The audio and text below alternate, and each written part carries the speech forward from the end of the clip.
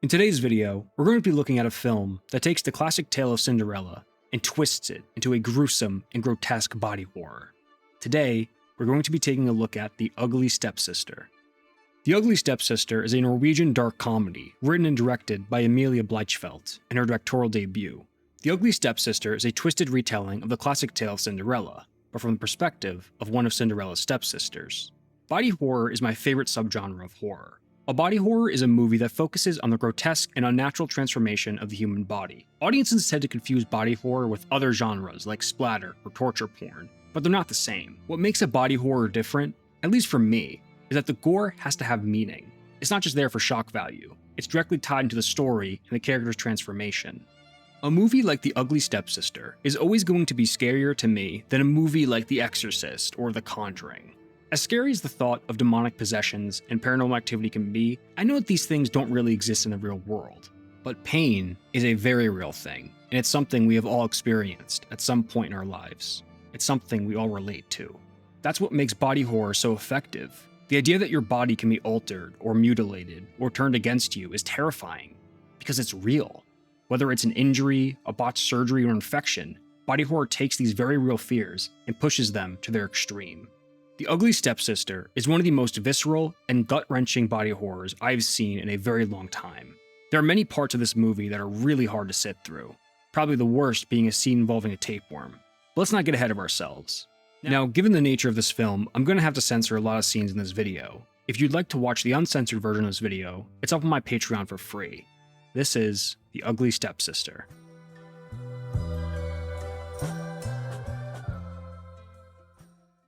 A lone carriage is driving through the woods. Inside, we see our main character, Elvira, a girl who's obsessed with this book of love poems supposedly written by the prince of the land. Elvira often dreams of herself in the place of the fair maiden swept away by the prince. In one of these poems, the prince fires an arrow, which mistakenly strikes Elvira through the torso. As the girl lays dying, the prince holds his love's hand and goes in for a kiss. That is before Elvira is abruptly awoken from this dream by her mother. Elvira, along with her sister Alma, are traveling with their widowed mother Rebecca to live with her new husband-to-be, an older man by the name of Otto, a fellow widow with a daughter of his own, the beautiful Agnes. After Rebecca and Otto are married on the terrace of the estate, Agnes starts showing her new stepsister around. During this tour, Elvira meets Isak, the estate's stable boy. Agnes and Isak seem to have some history together, based on their flirty looks back and forth. Having lived her entire life in poverty, Elvira is immediately enthralled by Agnes's lavish room and extravagant dresses. But the thing that captures Elvira's attention the most is the view out of her new stepsister's bedroom window, where she can see the prince's castle off in the distance. Agnes asks her about the poem book she's holding. Elvira tells Agnes that she wants to marry the prince. For Elvira, these dreams aren't just a fantasy, they're an obsession. Later that night, the family settles down to have their first supper together. After cutting a piece of cake, Otto throws it at Elvira's face, and the whole family laughs at the poor girl's expense. Otto suddenly stops laughing and begins choking. He starts spitting up blood and collapses on the table. Due to some mysterious ailment, Otto dies the night of his wedding. It's been a few days since her father's passing, and Agnes has locked herself away in her room. Elvira tries to cheer up by bringing her some chocolates, but ends up getting scolded by Agnes when she sees Elvira touching her hairbrush. She asks Elvira how she can feel so comfortable settling into her home, and her father isn't even on the ground yet. Agnes tells Elvira that if it wasn't for the money, her father would have never let a family like Elvira's into his home. Confused, Elvira asks Agnes what money she's talking about. This is when we learn that Rebecca was only marrying Otto for his money. She didn't love him or his daughter. She just wanted him so she can get out of poverty. But as it turns out, Otto was actually broke. Sure, he had the estate, but that's it. Other than that, he had nothing. In fact, Agnes reveals that the only reason Otto married Rebecca is because he thought she had money. Elvira goes to tell her mother the news. She mistakenly reveals that Otto had no money in front of a group of lawyers. They tell Rebecca that they'll be confiscating the estate and all the livestock. Once the men leave, Rebecca falls to the ground out of despair. Elvira tries to console her mother. She says that they'll find a solution, but Rebecca tells her that it isn't going to be easy to find a rich man to marry her at her advanced age. Alma hasn't started puberty yet and can't be married until she becomes a woman. Agnes is very beautiful, but she also isn't Rebecca's biological daughter, and she's unlikely to help them to get out of poverty. When Elvira suggests that she can find a suitable husband who can bring them riches, Rebecca scornfully tells her daughter to go look in the mirror and says that no man will ever want her. Agnes mourns next to her father's corpse. He hasn't been put in the ground yet, and is just laid out in the room. She prays in front of a painting of her late mother. She asks her mother to save her from the ordeal she finds herself in. Suddenly, a single white dove comes flying through the window. A few moments later, a horn can be heard blasting from the outside. Elvira hears the horn as well. It seems that Agnes's prayers are being answered. The king is inviting all noble virgins within the land to a ball hosted at the royal palace to find his son, Prince Julian, a wife. The messenger asks Agnes her name and gives her an invitation to the ball. When he asks Elvira for her name, she isn't sure what to give. She probably never learned her new last name. Agnes tells the messenger that she is her new stepsister, so he writes her name as Elvira von Stepsister. The messenger tells the sisters that the ball will be taking place in 4 full moons after the next, and that the prince will be handpicking his bride himself at the ball. Elvira runs to tell her mother the good news, while she imagines herself riding horseback while in the prince's arms. In this dream, she imagines herself to look a lot like Agnes, with long blonde golden hair and an elegant blue dress. Rebecca knows that if the prince chooses to marry Elvira, it'll bring the whole family out of poverty and let them keep the estate. But she's also aware of the fact that Elvira is considered to be ugly and out of shape compared to other girls her age. Rebecca gathers what little money she and Otto had left and takes Elvira to a cosmetic surgeon. Even with the money she was able to get together, it still isn't enough for any major surgery.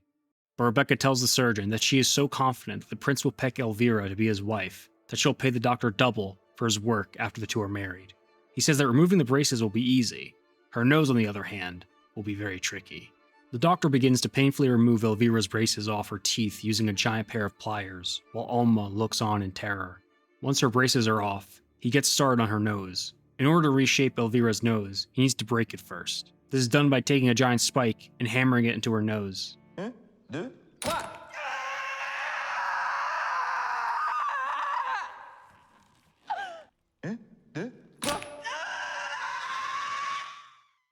Once he's done, Elvira is forced to wear a rudimentary nose guard until it's healed. Rebecca then enrolls Elvira into a finishing school.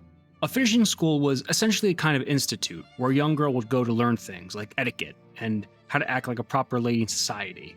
Basically, it was a place that would teach young girls how to become wives during a time when a girl's only real opportunity to have a good life was to marry a wealthy man.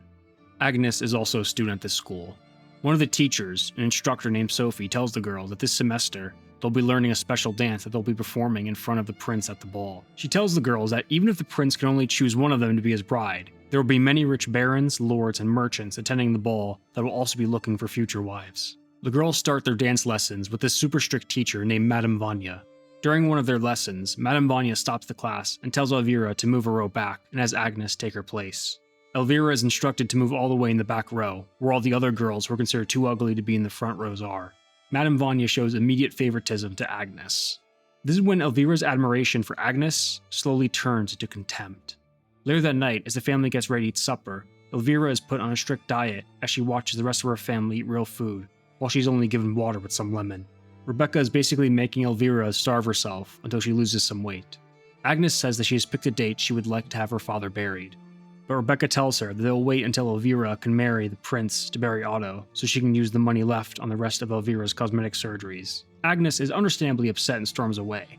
She goes to bring her father flowers. He has begun to decompose and is starting to become infested with flies. After we see the girls go through various lessons, they all circle around to see whose name is on the list for the prince's ball. Elvira goes to check, not expecting that she'll be on the list. But, to her shock, she made it. Granted, she's at the very bottom, and someone else was going to take her spot before getting their name crossed off, but she made it nonetheless. Not only will she be meeting the prince at the ball, but she'll be able to perform for him as well. Madame Vanya shows the girls a portion of the dance they'll be performing and asks in the class who can copy the dance. Practically every girl raises her hand, but of course, she picks on Elvira to copy the dance. After only a few moves, Madame Vanya stops Elvira and tells her that she actually has some talent. Wasted talent. She never wanted Elvira to be in her dance class, and reveals the only reason she made the list was because her mother paid her to be there. She tells the poor girl that if she wants to stay in class, she's gonna have to work much, much harder than everyone else. Madame Vanya then calls Agnes to perform the dance and praises her every move. Elvira struggles to keep her emotions in check as tears nearly start rolling from her eyes. Later that night, Rebecca tries to fit Elvira in one of Agnes's dresses, but it's too tight. Once everyone leaves the room, Elvira strips naked and starts examining herself in the mirror. She then takes out a sweet bun she hid from her mother and starts eating it while crying to herself in her room. Back in the institute, Elvira is waiting to meet with instructor Sophie. She notices that the other girl in the waiting room has her own copy of the prince's poems. Agnes and instructor Sophie walk out of the room. Sophie tells the young Agnes that the prince is going to love her. Agnes notices Elvira sitting in front of her and gives her this very menacing look. There's a competition now between the girls for the prince's heart. Elvira wants to marry the prince so she can finally live her dream and get her mother and sister out of poverty, and Agnes wants to marry the prince so she can finally have her father buried. When Elvira meets with instructor Sophie, she says that she feels hopeless and says that she'll never be chosen by any man, let alone the prince. Sophie is surprisingly kind to Elvira and says that she sees a lot of herself in her. Sophie tells Elvira to remove her nose guard to see what it looks like. Her nose is still healing, but Sophie tells her that she looks beautiful. She tells Elvira that all she's doing is changing her outside to match her beauty on the inside. She tells Sophie about her struggles of losing weight. Wanting to be of help, Sophie gives Elvira a tapeworm to swallow, so the tapeworm could grow in her stomach and feed on whatever she eats. Later, Elvira and Alma take a ride through the woods. After reading Alma one of her favorite poems by the prince, Elvira shows her the tapeworm and explains how it works. Alma is rightfully concerned. Elvira tells her that she has an antidote that she can take any time to kill the tapeworm. Alma becomes angry and scolds her for doing whatever her mother tells her. Elvira tells her that she's just being childish. At this point, Elvira is willing to do whatever it takes to win the prince's heart, even if it kills her. Alma storms off and takes both horses, leaving Elvira to walk all the way home. Once she's alone, Elvira swallows the tapeworm. She hears some voices come from somewhere in the woods. She goes to investigate and finds two men with bows and arrows off in the distance. She moves in closer and finds a man peeing by a rock right behind her. Her foot slips, making noise and causing the man to turn around. It's Prince Julian.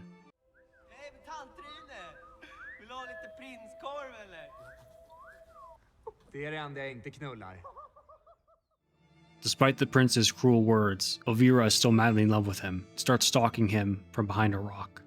As this is going on, Agnes goes out to meet with Isak, the stable hand. The two have been in a secret relationship for a long time. They love each other, but Agnes tells Isak that she has to marry the prince so she can get the money to bury her father. During the night, Elvira is walking back home and hears what sounds like grunting coming from the stable. She catches Agnes and Isak having sex. They catch Elvira spying on them and know it's not good. Elvira runs home and tells her mom what she found. She forbids her from seeing Isak again and puts her to work with the help. But more importantly, since Agnes isn't a virgin anymore, she isn't eligible to take the prince's hand in marriage, meaning Elvira doesn't have to worry about her stepsister stealing Julian away from her anymore. Later that night, as Elvira is laying in bed, her stomach starts to growl, as the tapeworm has hatched and starts eating everything in her stomach. 3 full moons have passed, and Elvira's nose is finally healed. Her mother removes the cage, and Elvira starts admiring herself in the mirror. We can see also that she has lost a considerable amount of weight since swallowing the tapeworm. Rebecca takes Elvira back to the cosmetic surgeon to have eyelash extensions sewed to her eyelids. The doctor numbs Elvira using a powdery substance from cocoa leaves, which is basically just cocaine, and inhales some for himself before beginning surgery. He begins to sew the eyelashes to Elvira's eyelids.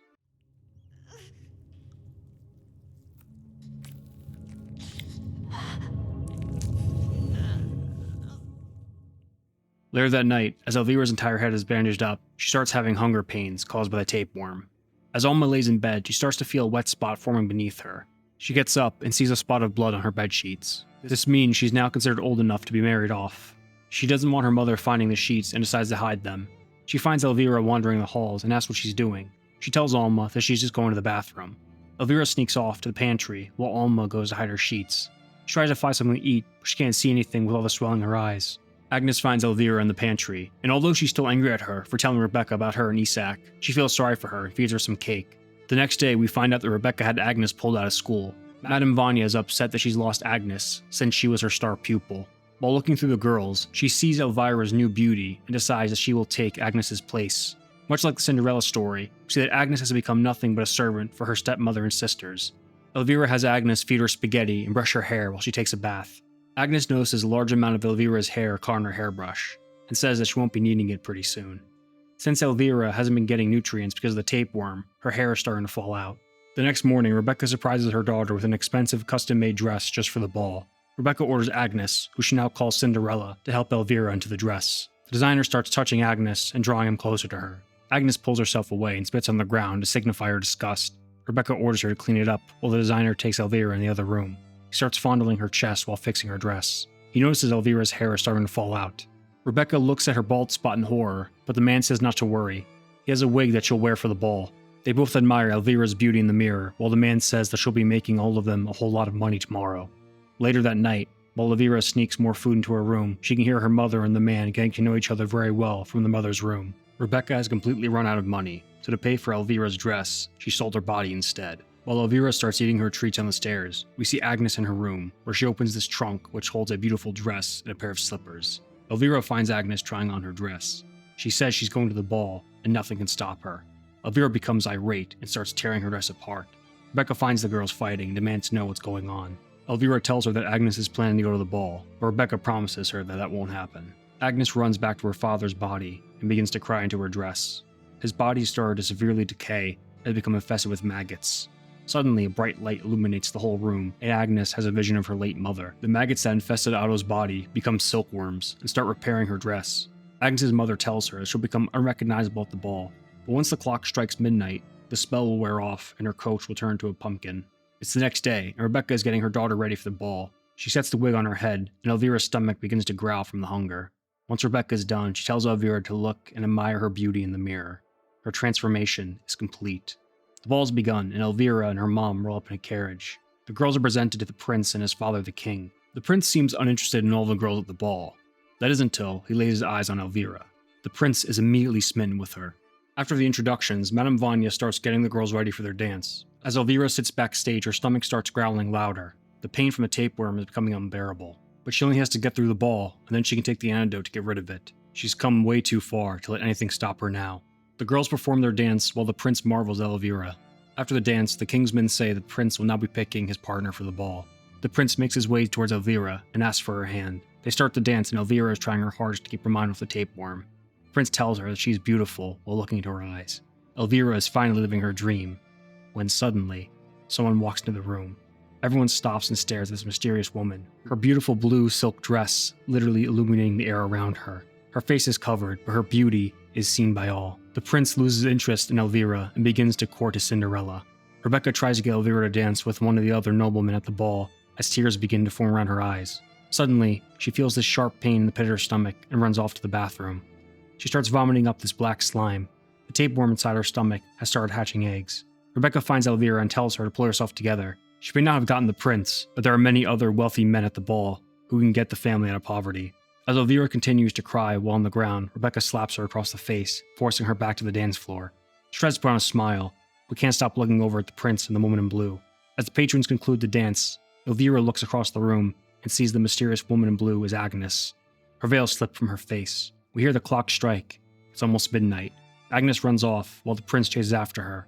The prince finds one of Agnes's slippers that fell off her foot and declares that whoever can fit into the shoe will be the woman he marries. Elvira has a breakdown in the carriage ride back home, her dreams of marrying the prince stolen by her stepsister. She gets out of the carriage with a pure look of hatred on her face. She finds Agnes by the fireplace and approaches her with a meat cleaver. She tells her to give her the other shoe or she'll kill her. Agnes tries to get away, but Elvira chases her up the stairs. Rebecca hears the girls outside of her room and goes to see what's happening. We can hear that there's a man in her room. Agnes gets away from her stepsister and tells Elvira and Rebecca that they're all crazy. Despite Elvira's failures of finding a wealthy man at the ball, Rebecca was able to find a young suitor for herself, no longer needing Elvira anymore. She tells Elvira that she had her chance, and she failed. During their scuffle, Elvira was able to get Agnes's slipper, but of course, it doesn't fit. Not even close. Elvira gets this crazed look in her eye and grabs her cleaver.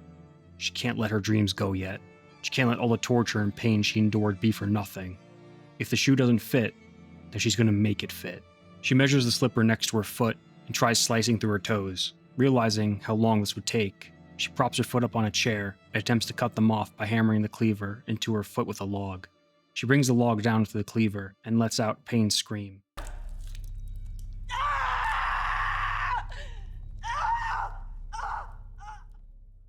As she pulls the cleaver away, we see that she was only able to get about halfway through. Her toes dangle off her foot while a steady stream of blood starts pouring out. Alma goes to check on Elvira and is completely horrified at what she sees. Rebecca and her young suitor soon follow in to see what the noise is about. Her suitor ends up passing out at the sight of all the blood. Rebecca gives Elvira some medicine, while Alma asks what they're going to do. As Rebecca looks at what her daughter has done to herself, she notices that Elvira mistakenly cut the wrong foot. The prince has the left shoe, not the right one. Rebecca, seeing this as a chance to get Elvira to marry the prince after all, decides to finish what Elvira started and cuts off the toes from both her feet.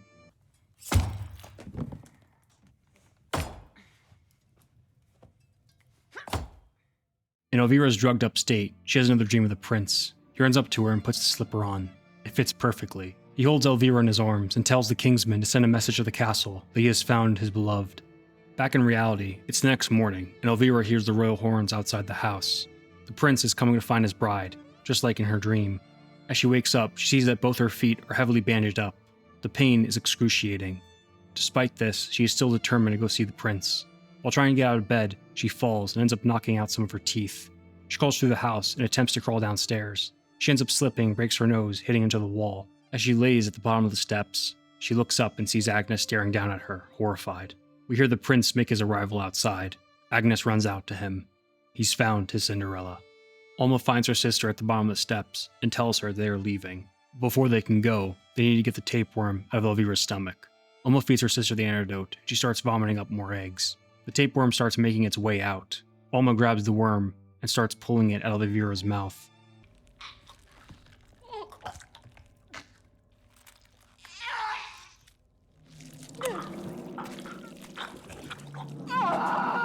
Now the tapeworm is gone, the girls are one step closer to leaving, but they're going to need some more money if they're going to try and survive on their own.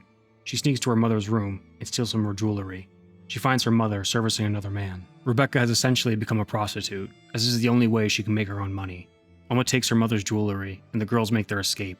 Alma has to hold up Elvira's legs while she walks in her hands. The two girls share a laugh as they make their way down the stairs. The girls steal a horse and get away from the estate.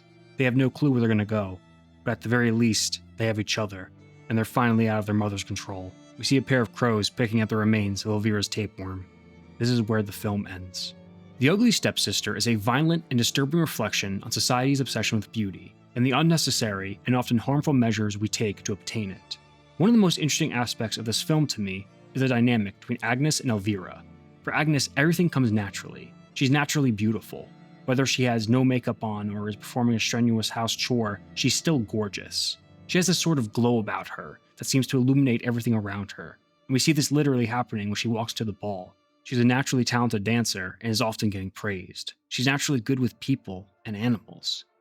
For Elvira, nothing comes naturally. She has to crawl her way through hell and back and undergo these rudimentary cosmetic surgeries to even come close to Agnes. And when she does go through this transformation, after she suffered both physically and mentally, it still isn't enough. She still gets second place. Despite being the main character of this film, this isn't Elvira's story. It never was. It's Agnes's story. Elvira is a pawn in someone else's fairy tale, a side character. She was never meant to be Cinderella. Her role was to be the ugly stepsister, and that's all she was ever going to be. She doesn't even get to have an identity of her own. When the king's messenger takes down the girl's name for the invitation, he writes down Agnes's full name, but for Elvira, he just calls her the stepsister, because that's all she ever was. A character I think deserves a deeper look into is Rebecca. I think it's easy to write Rebecca off as a wicked stepmother archetype. And while yes, a lot of her actions, especially with all the torture she puts Elvira through, is quite wicked, it's important to remember that Rebecca is a victim too. This is a world where a woman's value is based solely on how much money her husband has. I don't believe this excuses the torment she put her daughter through. But despite all of that, she was really trying what she thought she had to do to give her daughters a better life. The final scene with Rebecca and Alma is especially sad. Remember, at this point, Rebecca has pretty much become a prostitute, and the look she gives to Alma, almost like she's giving her blessing to leave, it's really quite tragic. She's as much as a victim in the story as Elvira is. If you enjoyed this video, then I'm going to ask that you leave a like, comment, subscribe, because there's going to be plenty more like this to come. I'd like to give a special shout out to all my channel patrons. I couldn't do this without you guys. Starting with this upload, all the uncensored versions of my videos will become free to watch once they're up on YouTube. So that's without a paywall. But if you want to watch them early, before they go up on YouTube, then you can become a paid member. And I'm going to start thinking of other rewards and things we can add to the Patreon members. I know I've kind of been slacking on Patreon a little bit, but I'm trying to work on that. And yeah, that's pretty much it. See ya.